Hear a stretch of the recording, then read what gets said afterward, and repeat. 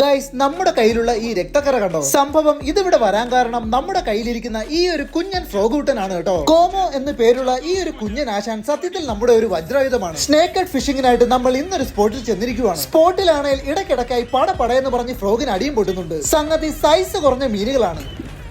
ഈ ഒരു കാര്യം കൊണ്ടാവാം ആദ്യത്തെ 4 സ്ട്രൈക്സും നമുക്ക് മിസ് ആയിട്ടുണ്ട് കേട്ടോ. ഇങ്ങനെയുള്ള സിറ്റുവേഷൻസിലാണ് കിടക്കുന്ന ഫ്രോഗിനെ മാറ്റി നമ്മൾ ചെറി കോമോ പോലുള്ള ഫ്രോഗ്സിനെ യൂസ് ചെയ്യുന്നത്. ഈ പ്രാവശ്യം നമ്മൾ രംഗത്തേക്ക് ഇറക്കിയിരിക്കുന്നത് കോമോ എന്ന് പേരുള്ള ഒരു കുഞ്ഞൻ ഫ്രോഗിനെയാണ്. തീരെ ചെറിയ ഫ്രോഗ് ആണെങ്കിലും ഇവന്റെ ഹുക്കപ്പ് റേഷ്യോ എന്നത് അപാരം തന്നെയാണ്. ഫ്രോഗ് എറിഞ്ഞിട്ട് വലിച്ച് നമ്മുടെ തൊട്ട് മുന്നേ എത്തിയപ്പോഴാണ് അടി പൊട്ടിയത് കേട്ടോ.